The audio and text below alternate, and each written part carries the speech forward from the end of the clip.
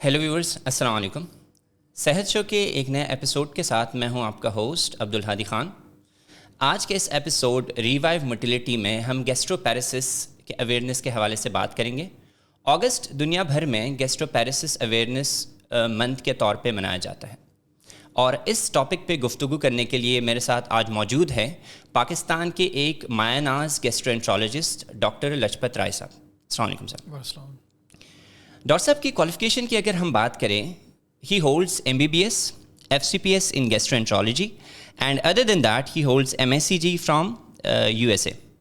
Doctor صاحب کی خدمات لیور ٹرانسپلانٹ اور گیسٹروانٹرولوجی میں کسی تعارف کے محتاج نہیں۔ اگر ہم بات کریں، currently he is serving as consultant gastroenterologist at South City Hospital and other then that he is also doing practice at JPMC۔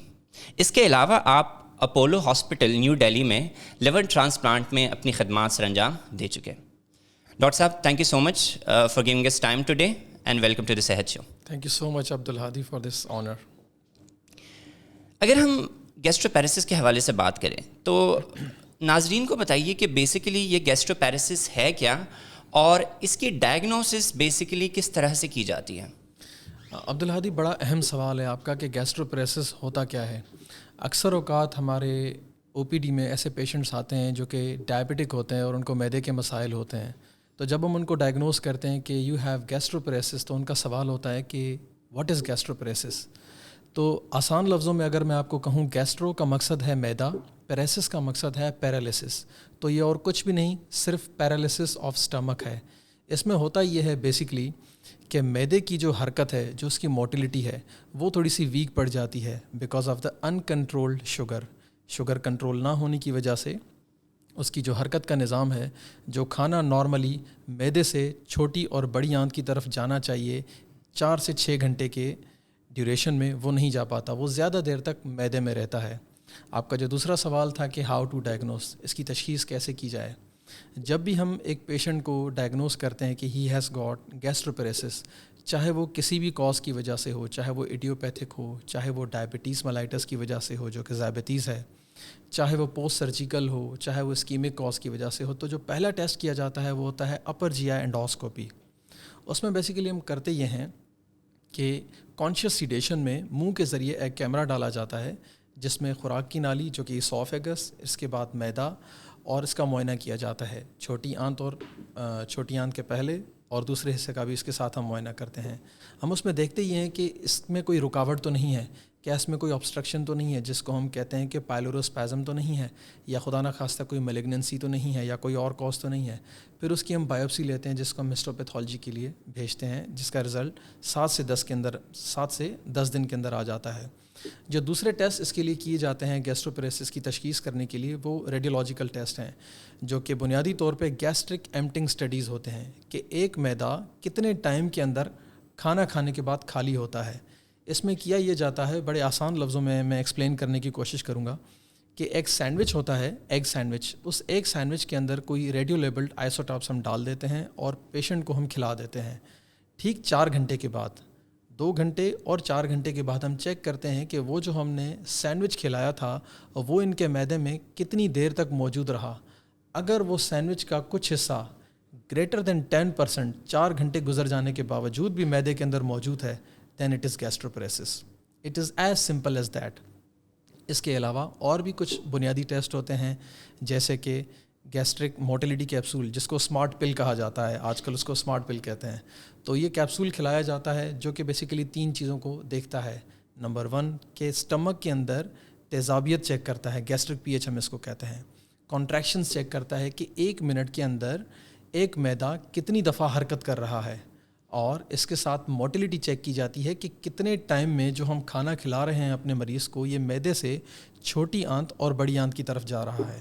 اس کے علاوہ 3D الٹرا ساؤنڈ ہوتا ہے، MRI ہوتا ہے، اور کچھ EEG ٹیسٹ ہوتے ہیں جس کو گیسٹروگرافی اسٹڈی کہتے ہیں۔ اچھا سر، آپ نے ڈائبٹیز کی ابھی بات کی، تو بیسیکلی ایک ڈائبٹک پیشنٹس میں ہم دیکھتے ہیں کہ اس میں گیسٹروپیریسس کی شکایت بہت زیادہ ہوتی ہے، تو بیسیکلی ڈائبٹیز اور گیسٹروپیریسس میں ریلیشن کیا ہے، اور وہ کون سی وجوہات ہوتی ہے کہ ایک ڈائبٹک پیشنٹ جو ہے وہ گیسٹروپیریسس کا شکار ہوتا ہے؟ جو سب سے اہم وجہ ہے وہ ہے ان کنٹرول ڈائبٹیز. وہ مریض جن کو تقریباً 10 سال تک ڈائبٹیز ہے، اور اسپیشلی وہ پیشنٹ جو انسولین پر ہیں، اگر ان کی شوگر کنٹرول میں نہیں ہے تو وہ گیسٹروپریسس کا شکار ہو سکتے ہیں. جو اس کی فرسٹ اینڈ ارلیسٹ سائن ہوتی ہے وہ ہوتی ہے پوسٹ پیرنٹل ہائپوگلائسیمیا، جس سے مراد ہے کہ کھانا کھانے کے بعد وہ پیشنٹ جس نے کھانا کھانے سے پہلے انسولین لگانی ہے اور اس نے کھانا کھایا اور اس کے فوراً بعد اس کو ہائپوگلائسیمیا ہو، یعنی کہ ان کے بلڈ کے اندر شوگر کی لیول کم ہو جائے. اب سوال یہ ہوتا ہے کہ جب اس نے کھانا کھایا تو اس کے باوجود بھی ہائپوگلائسیمیا کیوں ہو رہا ہے، حالانکہ شوگر مینٹین ہونی چاہیے. اس کی وجہ یہ ہوتی ہے کہ ان کی جو معدے کی نظام ہے، ان کی جو موٹیلٹی ہے وہ تھوڑی سی ویک ہے. وہ کیوں ہے؟ Because of this gastroparesis. اور گیسٹروپریسس کیوں ہے؟ Because of hyper گلائسیمیا.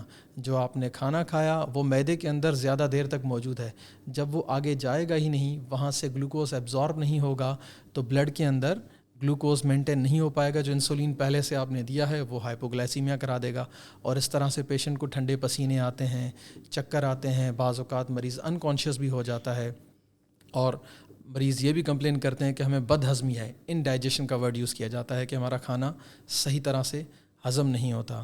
تو اس کی بنیادی جو وجہ ہوتی ہے وہ ہے ون ورڈ میں ہائپر گلائسیمیا، شوگر کا کنٹرول نہ ہونا. اور اگر مور اسپیسیفکلی میں بتانا چاہوں، کیونکہ ہماری آڈینس کچھ ایسی بھی ہوگی جو کہ میڈیکل ٹرمینولوجی کو سمجھ رہی ہوگی، تو ایک سیلس ہوتے ہیں، کھلیے ہوتے ہیں میدے کے اندر، جن کا نام ہے انٹرسٹیشل سیلس آف کچال. یہ گیسٹرک نیوروپیتھی ہے. What is نیوروپیتھی؟ ہم نے سنا ہے کہ ڈائبٹیز میں جو 3 موسٹ کامن کمپلیکیشنس ہیں، نیفروپیتھی یعنی کہ شوگر کی وجہ سے گردے خراب ہونا، نیوروپیتھی شوگر کی وجہ سے رگیں خراب ہونا، متاثر ہونا، اور ریٹینوپیتھی ہائپر گلائسیمیا کی وجہ سے آنکھوں میں خرابی آنا. تو ان 3 چیزوں کے ساتھ ساتھ ایک اور نیوروپیتھی ہوتی ہے جو کہ گیسٹروپریسس ہے، جو کہ آج کا ہمارا ٹاپک ہے. تو بیسیکلی یہ ہائپر گلائسیمیا گیسٹروپریسس اس طریقے سے کراتا ہے. اچھا، ہم دیکھتے ہیں کہ بہت سارے پیشنٹس ایسے ہوتے ہیں کہ جب وہ یہ سمٹمس فیس کرتے ہیں تو عموماً وہ اس کی ٹریٹمنٹ کی طرف فوراً نہیں جاتے. تو اگر اس کو ان ٹریٹڈ چھوڑا جائے تو اس میں کیا کیا کمپلیکیشنز ارائز ہو سکتی ہے ایک پیشنٹ کے لیے؟ دیکھیں، اس میں ویسے تو there is a long list of complication, لیکن جو موسٹ کامن کمپلیکیشنس ہم اپنی او پی ڈی میں انکاؤنٹر کرتے ہیں وہ ہے میل نرشڈ. ہمارے پاس جو پیشنٹ آتا ہے وہ میل نرشڈ ہوتا ہے، اس کی نیوٹریشنل امبیلنس ہوتی ہے، وہ اتنا کیکزک ہو جاتا ہے کیونکہ جو اس کے مائکرو نیوٹرینٹس اور اس کے علاوہ جو پروٹین انٹیک ہے وہ اتنی سفیشینٹ نہیں ہو پاتی، وہ اتنا ایبزارب نہیں کر پاتا، جس کی وجہ سے وہ میل نرشڈ ہو جاتا ہے. پیشنٹ ڈی ہائیڈریشن کے ساتھ بھی پریزنٹ کرتے ہیں، ایون دو کہ پیشنٹ اتنا ڈی ہائیڈریٹڈ ہوتے ہیں، اتنا میل نرشڈ ہوتے ہیں کہ بعض اوقات ہمیں آئی وی پارینٹرل نیوٹریشن کی طرف بھی جانا پڑتا ہے. اس کے علاوہ بیکٹیریل ٹرانسلوکیشن ہوتی ہے. جو مریض ہائپر گلائسیمیا کا شکار ہے تو اس کا مدافعتی نظام، جس سے مراد ہے کہ بیماریوں سے لڑنے کی صلاحیت، وہ اتنی نہیں رہتی ایز کمپیئر ٹو ایک نارمل انسان کے. تو اس کو سپر امپوز انفیکشن لگنے کے چانسز زیادہ ہوتے ہیں as compare to normal person. تو یہ موسٹ کامن کمپلیکیشنس ہیں کچھ اس کی.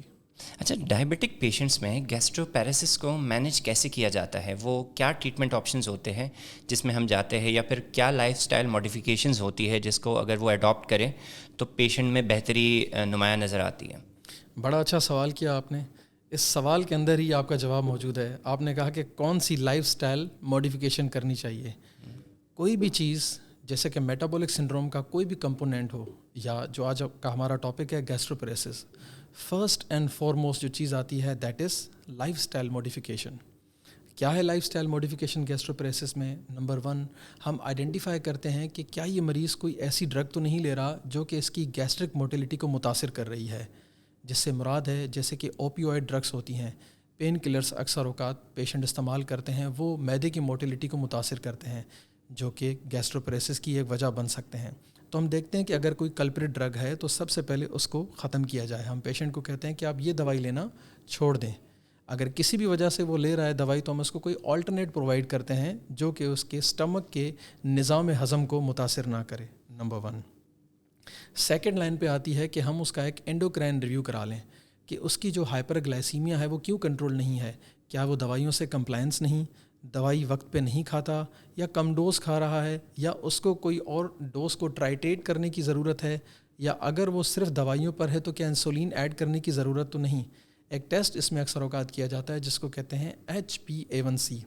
یہ ایک ایسا ٹیسٹ ہوتا ہے ڈائبٹک پیشنٹس میں جو ہمارے 3 مہینے کی شوگر کا ایک تخمینہ دیتا ہے کہ لاسٹ 3 منتھس میں ان کی شوگر کا لیول کیا رہا ہے. اس کے اکارڈنگلی پھر ہم آگے پروسیڈ کرتے ہیں. تو دوسرا ہے کہ ہائپر گلائسیمیا یعنی کہ شوگر کو مینٹین کرنا. تیسرا سٹیپ ہوتا ہے کہ وہ اپنی ڈائٹ میں کون سی ایسی چیزیں کھا رہا ہے جو کہ گیسٹرک موٹیلٹی کو ویک کرتی ہیں. اب آپ سن کر بڑا حیران ہوں گے کہ فائبرز، یوزلی ہم کہتے ہیں کہ فائبر کا استعمال زیادہ کریں، لیکن گیسٹروپریسس میں فائبر سٹمک کی موٹیلٹی کو کم کرتا ہے. تو یہ ہمارا ایک متھ ہے جو ہمیں اس کو کریکٹ کرنا چاہیے. نمبر 1 ہے فائبر، نمبر 2 فیٹس اور فائبرز کو ہمیشہ گیسٹروپریسس میں اوائڈ کرنا چاہیے. جو دوسری چیز ہے جو ہمیں ایڈ کرنی چاہیے وہ ہائی انرجی ڈرنکس. اب ہائی انرجی ڈرنکس سے یہ مراد نہیں کہ ہم ہائی انرجی جو ڈرنکس اوور دا کاؤنٹر مل رہی ہوتی ہیں وہ استعمال کریں. اس سے مراد ہے کہ آپ گھر پہ بنا ہوا سوپ پئیں. اس سے مراد ہے کہ آپ چکن سوپ پئیں، جیسے چکن ہوتا ہے وہ کھائیں. نوڈلس اس میں آپ لے سکتے ہیں، وہ ہائی انرجی ہوتے ہیں. رائس لے سکتے ہیں آپ، پروٹین کی بنی ہوئی چیزیں لے سکتے ہیں.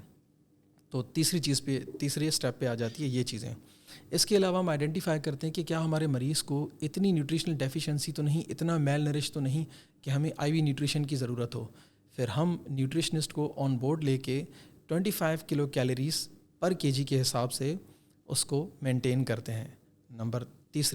چوتھی اسٹیپ آ جاتی ہے دوائیاں. تو آپ کا جو سوال تھا اس میں 3 چیزیں لائف سٹائل موڈیفیکیشن کو کور کرتی ہیں. 4تھ اسٹیپ ہے میڈیکیشنس. پھر میڈیکیشنس کو بھی مزید ہم 3 حصوں میں ڈیوائڈ کرتے ہیں. جو پہلا اسٹیپ ہوتا ہے کہ ہم دیتے ہیں پرو کائنیٹک گروپ آف ڈرگس. یہ پرو کائنیٹک کیا ہوتے ہیں؟ بیسیکلی معدے کی موٹیلٹی کو بڑھانے والی دوائیوں کو پرو کائنیٹک کہا جاتا ہے. جیسے کہ ایرتھرومائسن ہو گئی، جیسے کہ آئٹوپرائڈ ہو گئی، میٹوکلوپرومائڈ ہو گئی، ڈومپیریڈون ہو گئی. یہ کچھ ایسے گروپ ہیں جو کہ معدے کی موٹیلٹی کو بڑھاتے ہیں.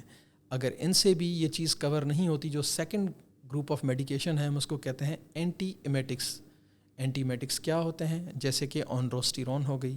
اگر اس سے بھی ٹھیک نہیں ہوتا تو تھرڈ اسٹیپ ہے کیلشیم چینل بلاکرز یا بیکلوفین گروپ آف ڈرگس آتی ہیں. اگر اس سے بھی ٹھیک نہیں ہوتا تو جو پہلے میں نے آپ کو بتایا تھا کہ تشخیص میں ہم اینڈوسکوپی کرتے ہیں.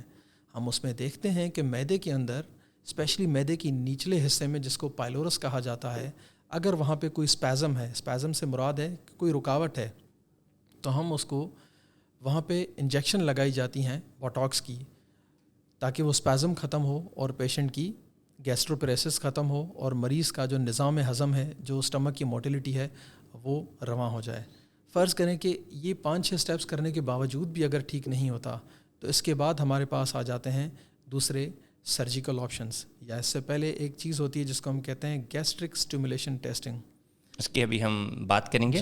اگر ہم بات کریں مثال کے طور پہ کہ جو آپ نے بھی گیسٹرک الیکٹریکل اسٹیمولیشن کی بات کی، تو اس کا بیسکلی کیا رول ہوتا ہے ٹریٹمنٹ کے حوالے سے، کہ کون سا ایسا سٹیج ہوتا ہے یا کس طرح کے کیسز ہوتے ہیں کہ جس میں ہم الیکٹریکل اسٹیمولیشن کی طرف جا رہے ہوتے ہیں؟ بڑا اہم سوال ہے یہ بھی.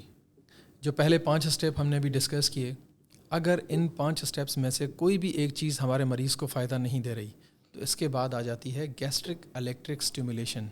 یہ ہوتا کیا ہے؟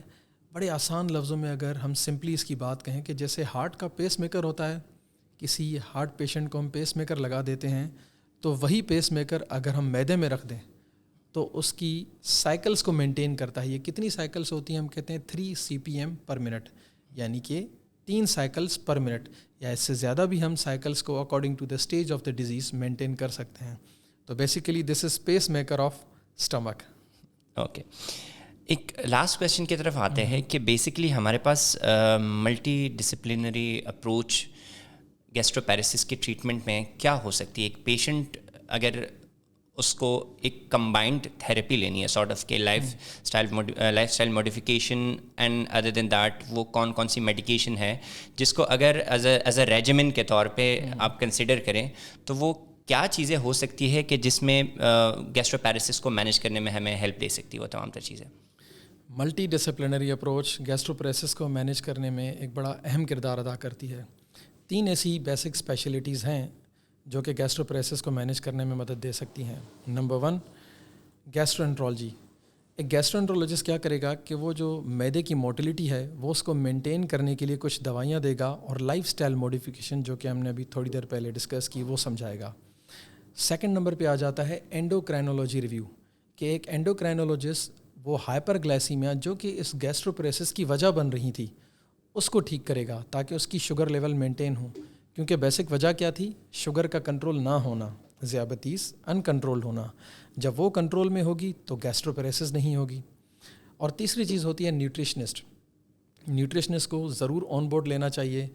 وہ ایک ایسی اسپیشلٹی ہے جو کہ آئیڈینٹیفائی کرے گی کہ ہمارے مریض میں کون سے میکرو یا مائکرو نیوٹرینٹ کی کمی ہے, اور اس کمی کو پورا کرنے میں ایک نیوٹریشنسٹ کا بہت اہم کردار ہوتا ہے. تو یہ 3 اسپیشلٹیز ہیں جو کہ ایک ملٹی ڈسپلنری اپروچ کے ساتھ گیسٹروپریسس کے پیشنٹ کو مینیج کر سکتی ہیں. تھینک یو سو مچ سر ہمیں ٹائم دینے کے لیے. مجھے یقین ہے کہ آج کی جو ہماری گفتگو ہے وہ ہماری ناظرین کے لیے بہت اہمیت کے حامل ہوگی, اور امید ہے کہ گیسٹروپیریسس کے حوالے سے جو اویئرنیس ہم دینا چاہ رہے تھے وہ عوام تک پہنچ گئی ہوگی. تھینک یو سو مچ ہمیں ٹائم دینے کے لیے. ناظرین ہم حاضر ہوں گے انشاءاللہ ایک نئے ایپیسوڈ کے ساتھ. اللہ حافظ.